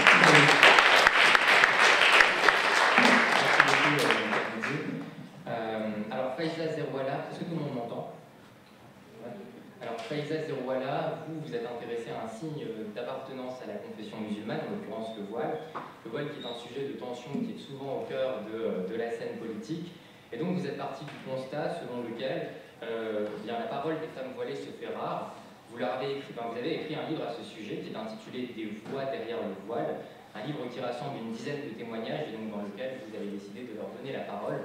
Pourquoi avoir écrit ce livre? Quel en était l'objectif? Et au terme de votre enquête, que peuvent apporter ces voix à la réflexion qui est la nôtre ce soir? Donc, bonsoir à toutes et à tous. Donc, merci d'être restés. Commence à se faire tard. Donc, voilà, c'est très appréciable. Donc, je suis journaliste. Du coup, mon regard sera un peu différent que celui de mes prédécesseurs. Évidemment, mon travail n'a pas vocation à être exhaustif, mais vraiment l'idée de départ est assez simple. C'est une idée qui est née dans mon esprit en tant que lectrice d'abord et en tant que journaliste ensuite. En tant que lectrice, je trouvais que la manière dont les femmes voilées étaient représentées ne correspondait pas à ce que je pouvais observer par ailleurs lors de mes reportages ou dans ma vie privée. Et donc je trouvais ça dommage qu'il y ait un regard partial et partiel sur ces femmes et même finalement en creusant un peu je me suis rendu compte qu'elles apparaissaient très peu dans les diverses interviews, les débats télévisés et autres, alors que c'est une question qui mobilise quand même la société, le monde politique, la presse, depuis 1989 et la première affaire du voile à Creil. Donc l'idée, vraiment, c'était un peu de reprendre les choses depuis le début et de se dire, bon, voilà, si je fais une enquête dans la salle, je vous dis femme voilée, tout de suite, je pense qu'on aura tous les mêmes clichés en tête. Et l'idée, c'était pas tant d'arriver à les démonter, c'était de les confronter à la réalité. Moi, voilà, en tant que journaliste, j'ai envie de raconter autant que possible la réalité, essayer de sortir des fantasmes. Donc, très simplement, le panel, je l'ai constitué via un peu mes intuitions. Par exemple, il me semblait, une étudiante d'ailleurs qui se revendique comme féministe, ce qui suscite beaucoup d'interrogations, justement, parce que, encore une fois, être féministe et voilée, pour beaucoup de gens, c'est antithétique. Et donc, moi, ce que je retiens principalement de mon enquête, donc en gros pendant 1 an, j'ai enquêté, rencontré les femmes qui viennent vraiment de milieux différents, de lieux différents en France. L'idée c'était de quitter Paris et la région parisienne. Et tout d'abord, ce qui m'a frappé, c'est que beaucoup d'arguments revenaient d'une femme à l'autre, beaucoup de ressentis également, des anecdotes, par exemple les insultes dont elles peuvent faire l'objet, des insultes du quotidien, des regards malveillants.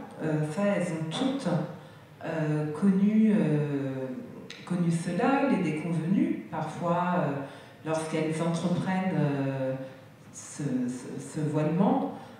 La réception parfois n'a pas été très bienveillante, donc ça, elles le racontent toutes très bien. Moi, vraiment, j'avais pas envie dans cet ouvrage, et je pense que ce n'est pas le rôle du journaliste, de prendre parti, de trancher la question du dogme, la question théologique, savoir si le voile est dans l'islam ou pas, pour moi, c'est pas mon problème, c'est pas quelque chose que je dois trancher. Pour moi, vraiment, l'essentiel, c'était de remettre leurs paroles au centre pour faire une photographie de l'instant, savoir qu'est-ce que c'est d'être une femme voilée en France en 2015. Donc, dès lors, j'ai fonctionné sous la forme de questions assez similaires pour comprendre d'abord leur rapport à la foi, parce que pour moi la foi c'était un peu l'angle mort dans tout ce qu'on a pu écrire, tout ce que mes confrères ont pu écrire. Tout simplement, on est un pays très imprégné de laïcité, et c'est vrai que parler de foi, c'est parfois pas évident. Et moi, j'avais vraiment envie de comprendre à quel moment elles avaient eu le déclic pour se voiler. Et ensuite, tout le livre se déroule autour des interactions avec tout d'abord leur entourage, ensuite le monde amical, enfin le noyau amical, ensuite le monde du travail, le monde politique, le monde médiatique, enfin, pour avoir un regard en cercle concentrique un petit peu. Donc, moi, ce que je retiens, c'est que la femme voilée n'existe pas. On ne peut pas dire aujourd'hui en France, le voile, c'est ça. Même entre elles, ce qui est assez frappant, elles ne sont pas tout à fait d'accord, ne serait-ce que sur la longueur du voile à adopter. Certaines, voilà, on porte un voile très léger, enfin léger dans le sens très discret, presque un turban. D'autres préfèrent se couvrir plus. Et c'est parce que chacune a réalisé son propre cheminement spirituel. Ça, c'est un terme qui est beaucoup revenu. Parce que ce qui est très intéressant, à mon sens, dans ces rencontres, c'est que en majorité, ce sont des filles ou des petites filles d'immigrés maghrébins qui sont assez représentatives de l'histoire de l'immigration maghrébine en France, maghrébine et d'Afrique subsaharienne. Et ce qui est intéressant, c'est de voir à quel point elles ont bricolé leur identité religieuse. Elles ont été élevées dans des foyers avec un degré de pratique variable. Certaines, évidemment, la femme qui s'est convertie à l'islam, elle vient d'un foyer catholique, donc elle n'a pas été élevée dans l'islam, mais on retrouve ce cas chez des femmes qui ont grandi dans des foyers où l'islam était plus quelque chose de culturel que de religieux. Certaines avaient des sapins de Noël, par exemple. Et ce qui est vraiment frappant, et qui permet de démythifier quand même la plus grosse des idées reçues à propos des femmes voilées. Quand on dit femmes voilées, tout de suite, certains pensent femme soumise et femme qui s'est voilée pour faire plaisir ou par contrainte, par son père, son frère, son voisin, le quartier. Enfin, voilà, vous pouvez trouver toutes sortes de contraintes extérieures. Et là, ce qui est intéressant, c'est que les schémas familiaux prouvent que ce n'est pas du tout une contrainte et que c'est un choix réel, sachant que dans une même famille, au sein de la fratrie, vous pouvez avoir une des filles qui est voilée, une autre pas du tout et qui a 10 000 lieux de le faire, une mère qui est voilée ou pas. Donc ça prouve que chacun finalement fait un peu à sa sauce, chemine à son rythme. Parce que chacune me disait, ah ben aujourd'hui ma sœur n'est pas voilée, mais peut-être que dans 10 ans, elle aussi aura compris le message et se voilera. Donc ça, pour moi, c'était intéressant d'avoir ce regard un peu différent sur la question et d'expliquer que ce serait beaucoup plus facile de rester cantonné à des vieux schémas de contraintes. Non, derrière le voile, il y a évidemment de la foi, comme je le disais, il y a aussi une envie d'affirmation politique, avec l'idée de dire je suis française, je suis musulmane, et tout doit cohabiter. Il y a vraiment cette envie de composer entre les multiples identités qui composent leur personnalité. Et ça, c'est très intéressant parce que finalement, ces femmes ne considèrent pas le voile comme un obstacle.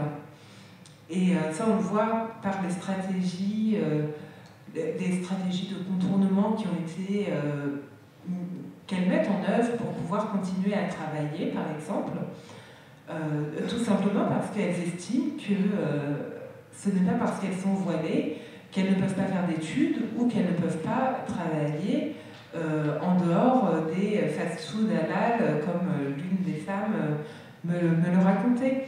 Donc, parmi les femmes dont j'ai fait le portrait, il y a une professeure, donc elle est prof, elle n'a pas du tout envie, mais vraiment pas du tout, envie de cesser d'enseigner parce qu'elle est vraiment dans cette logique de vocation très, très, très prégnante chez elle, mais elle a envie de continuer à conserver son voile. C'est un voile qu'elle a par ailleurs adopté après beaucoup de recherches. Ça, c'est vraiment le point commun entre la majorité d'entre elles, sauf exception. Il y a vraiment eu beaucoup de recherches théologiques derrière leur adoption du voile, parce que sachant que tout leur entourage a pu les dissuader quand elles ont commencé à en parler, en disant j'aimerais bien porter le voile, tout le monde leur a dit mais tu vas te compliquer la vie, en France aujourd'hui le climat n'est pas propice à cela vu la difficulté pour la société parfois d'accepter l'islam et ses manifestations visibles. Donc vraiment elles ont réfléchi avant de sauter le pas. Aucune ne le regrette, même si dans le cadre de ce livre, j'ai fait le portrait d'une femme dévoilée qui a opté pour le voile et qui l'a retiré parce qu'elle considérait que c'était un poids trop lourd pour elle. On attendait d'elle une exemplarité qu'elle n'était pas prête forcément à supporter. Et l'hostilité qu'elle a pu susciter l'a dissuadée. Donc elle voulait se voiler pour être moins visible, ou en tout cas qu'on s'intéresse, comme elle le dit, à ce qu'elle a dans la tête et pas son apparence. Et elle s'est rendue compte que c'était un peu plus compliqué que cela, donc elle a renoncé à porter ce voile. Mais du reste, toutes les autres, il n'y en a aucune qui regrette aujourd'hui d'avoir fait ce choix, avec les contorsions que ça nécessite. Il y en a une autre qui travaille avec son voile dans une entreprise privée. Elle porte un voile très discret qui pourrait ressembler à un accessoire de mode. Et elle, par exemple, ça c'est quelque chose qui revient beaucoup, elle évite, voire elle ne porte jamais de noir au travail, parce que le noir a une connotation assez négative. Dans l'imaginaire collectif, on imagine voilà, les femmes iraniennes, toutes voilées, ou les femmes saoudiennes. Et donc elle est dans une démarche justement de démythifier l'islam en expliquant que non, l'islam ne maltraite pas les femmes. D'ailleurs, à ce propos, l'exemple de Khadija est celui qu'elles m'ont toutes cité en me disant non, en islam, la femme, au contraire, a un statut. La preuve, Khadija, donc elle me racontait l'histoire de cette femme qui a marqué les premières années de l'islam, dont on a parlé plus tôt. Et du coup, voilà, le fait de ne pas porter de noir, pour elle, c'est un moyen de ne pas faire peur à ses collègues. Donc, voilà, chacune a des astuces. Celle qui est au lycée, maintenant, elle n'y est plus, mais celle qui était au lycée, elle le retirait avant d'entrer. Elle avait intégré tout le protocole parce que vraiment, il y a cette envie de faire coïncider leurs envies avec leur foi. C'est vraiment quelque chose de très très très frappant parce que finalement elle considère que c'est quelque chose, que c'est un acte intime, mais malgré tout c'est une intimité qui a été accaparée par la classe politique, médiatique, et aujourd'hui elles savent très bien que leur voile est devenu quelque chose de presque hystérique, hystérisé dans un débat où parfois on perd le sens des réalités. Donc elles ont vraiment envie qu'on les laisse tranquilles, et c'est là tout le paradoxe de ces histoires. Voilà, je vais m'arrêter là pour ne pas monopoliser la parole. Ben, merci à vous. Merci beaucoup, merci à tous les intervenants. On va du coup commencer à prendre les questions par trois, et des micros vont donc circuler dans la salle. Donc, qui veut poser la première question? Précisez aussi, s'il vous plaît, à qui vous adressez votre question.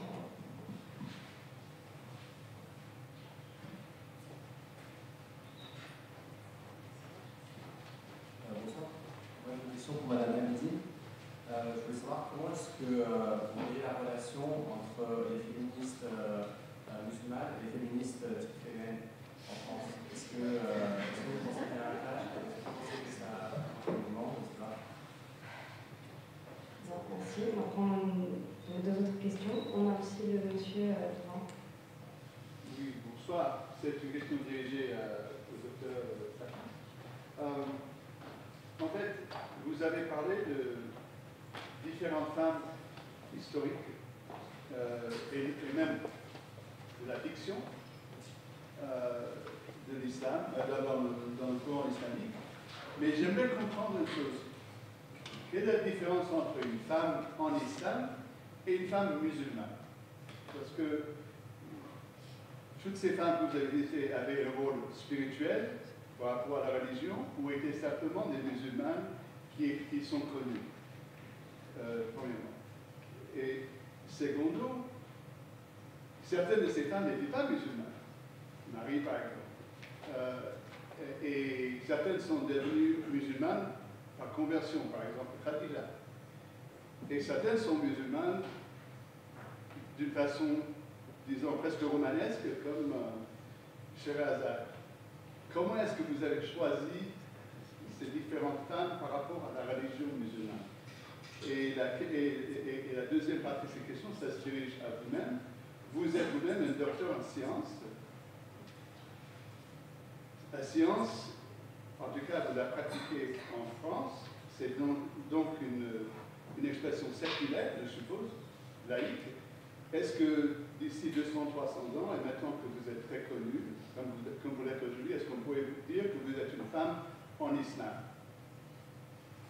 Merci. On va prendre une dernière question. D'accord. D'abord. Bonsoir, j'ai une question pour Tariq Abdou. En fait, j'aimerais savoir qu'est-ce que dit le Coran concrètement à propos du voile et comment expliquer que dans certaines régions du monde, on le porte davantage que d'autres. Est-ce que c'est dû à différentes interprétations?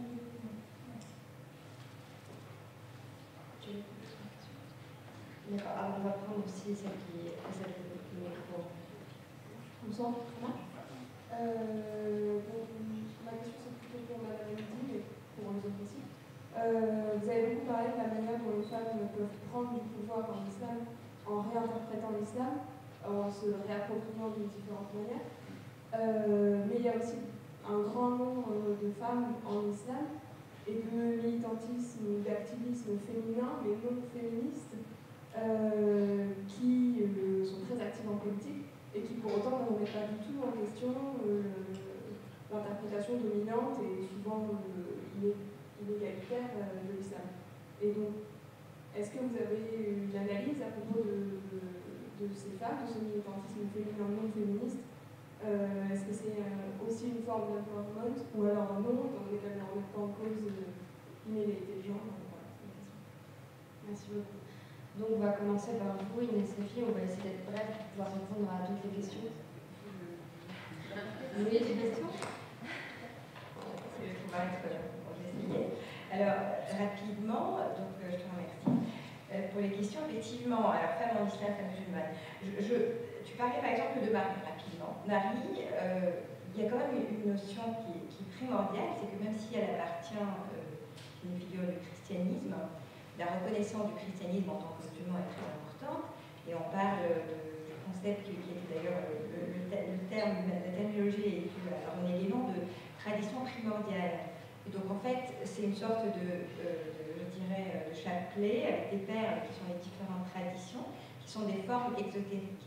Donc l'ésotérisme, lui, il est au fond le même, c'est-à-dire qu'on a des formes différentes, hein, mais à notre niveau, tout converge.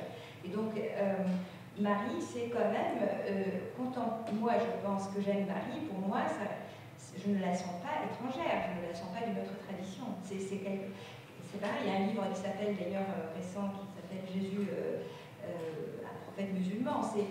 Donc ce sont des figures qui, à partir du moment, en plus, elles sont dans le Coran, elles sont célébrées, elles sont sanctifiées, disons, voilà, vénérées quelque part. Je pense que, pour moi, il n'y a aucun doute là-dessus. Après, effectivement, Scheherazade, ce que je n'ai pas dit d'ailleurs, c'est que les contes des mille et nuits, c'est très relié aux contes soufis qu'on trouvait déjà. Par exemple, il y a des personnages comme cette princesse qu'on retrouve dans les contes de Nizami, mais il n'y a jamais de frontières dans ces traditions, parce que l'islam, c'est aussi... on ne peut pas, contrairement à ce que prétendent d'ailleurs certains littéralistes, on ne peut pas pouvoir purifier un islam de ce qui l'a précédé. Donc Nizami, par exemple, qui est un auteur persan, a quand même aussi s'est inspiré des contes anciens qui sont pré-islamiques, mais il les a contextualisés selon la tradition islamique. Et donc c'est très difficile de diriger des barrières, je dirais, entre ces traditions-là.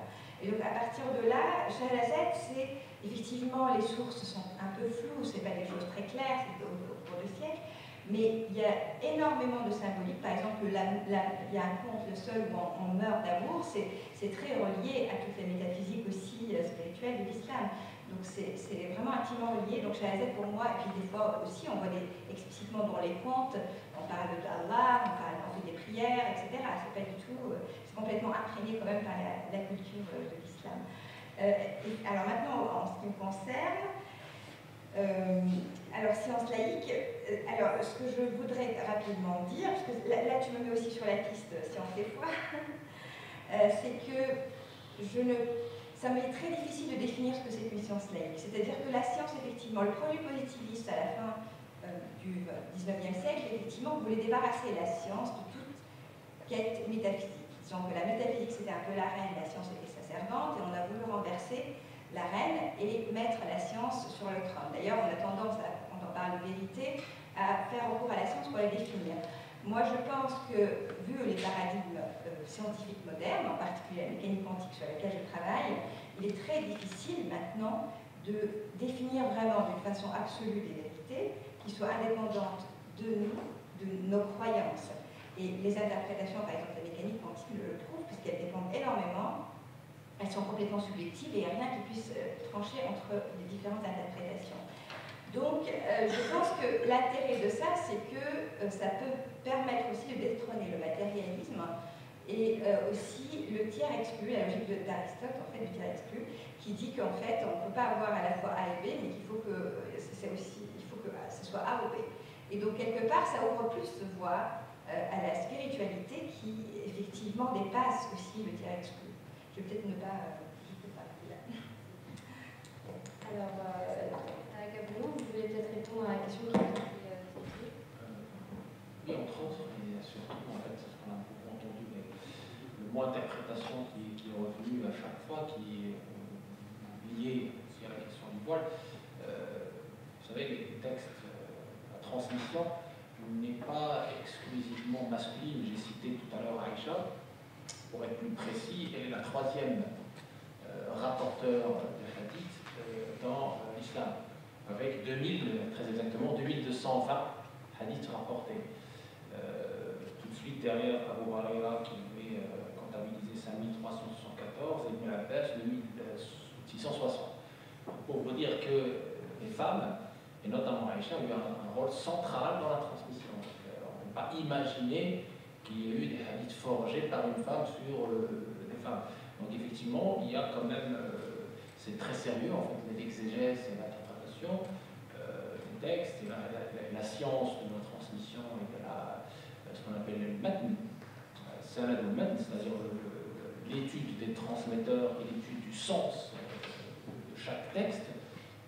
Ça a quand même une profondeur d'à peu près 1400 ans. Donc, avec, bien évidemment, qui peut interpréter, ce sont les savants compétents avec les instruments, ce qu'on appelle les ijtihad ou l'effort intellectuel, qui sont bien normés. Comme la médecine, c'est une science. Voilà. Et cette science s'intéresse à ce qu'on appelle dans c'est-à-dire les textes qui ne sont soit pas immuables, qui ne sont pas immuables, variables, soit effectivement les textes sont interprétables, selon qui? Selon toujours les savants compétents. Et pour rebondir sur cette question justement du voile, ce qui est dit dans le Coran très exactement dans la Sourate An-Nur, la Sourate de la lumière, et d'ailleurs le Coran commence par les hommes avant de parler des femmes, on lit mu'minin, dit aux croyants. Juste la réponse et ensuite on libère un petit air. C'est 21h15. Non, c'est 21h, je suis désolé, mais la mesure de sécurité,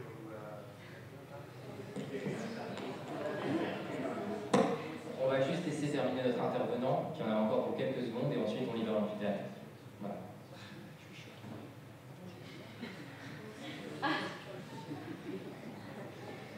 Donc, je disais, pour terminer, qu'il s'agit d'une question de pudeur qui est interprétée aussi de façon contextuelle et non pas un signe politique ou idéologique ou de visibilité ou d'invisibilité ou de rejet de la société dans laquelle on est, ou des choses comme ça. Dans le Coran, genre je disais que dans la Sourate de la lumière, on commence par les hommes pour les inciter à une chasteté, à un respect, à une pudeur, et après on va parler des femmes et de ce respect, cette pudeur, etc. Et ce que j'ai envie de poser comme question à cette question qui a été posée, bon, non, ce n'est pas une question qui date d'aujourd'hui, mais on ne peut pas vanter non plus le modèle occidental, parce que dans le modèle occidental d'aujourd'hui, la femme est perçue comme un objet de désir, et je dirais, pour être brutal et franc, un catalyseur commercial.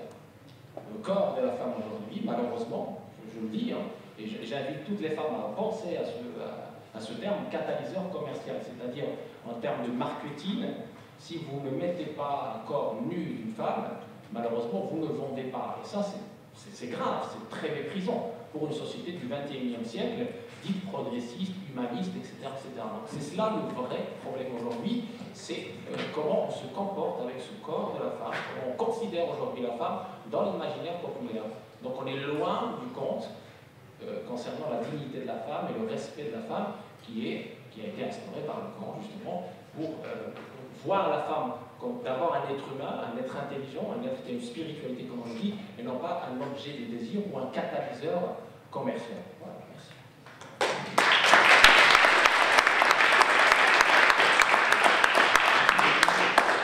Peut-être pour la personne qui avait posé une question à Malika Hamidi, peut-être qu'à la sortie, vous pouvez... Je peux répondre en Oui, 30 secondes. Une anecdote, j'ai été invitée à la RTBF Belgique pour justement débattre avec Shevchenko, Elina Shevchenko. Donc je m'étais dit, tiens, pourquoi pas une féministe musulmane et la représentante de Femen en débat. Eh bien, ça a été assez chaotique puisqu'elle était quasi hystérique. Je crois que ma présence simplement sur le plateau l'a outrée. Donc, je suis allée malgré tout au-delà de ça. C'est qu'elles utilisent la nudité comme outil de pouvoir. Il n'y a pas de souci. De la même manière qu'aujourd'hui, les femmes musulmanes peuvent dire, bien moi, avec le foulard, voilà, c'est un empowerment, c'est un outil politique. Simplement, je crois qu'il n'y a absolument pas, il ne faut pas se leurrer, il n'y a absolument pas de perspective de collaboration, tout simplement parce qu'on reste figé sur des idées reçues, sur la femme musulmane qui est oppressée par son foulard. Donc malheureusement, on aurait bien souhaité, ce ne sera pas possible. Et d'ailleurs, j'aurais aimé, c'est ce que j'ai dit à la presse, c'est que j'aurais aimé que de la même manière que les Femen ont été médiatisées, eh bien, je regrette que les féministes musulmanes ne soient pas autant médiatisées que Femen. Ça permettrait de changer l'image de la femme musulmane.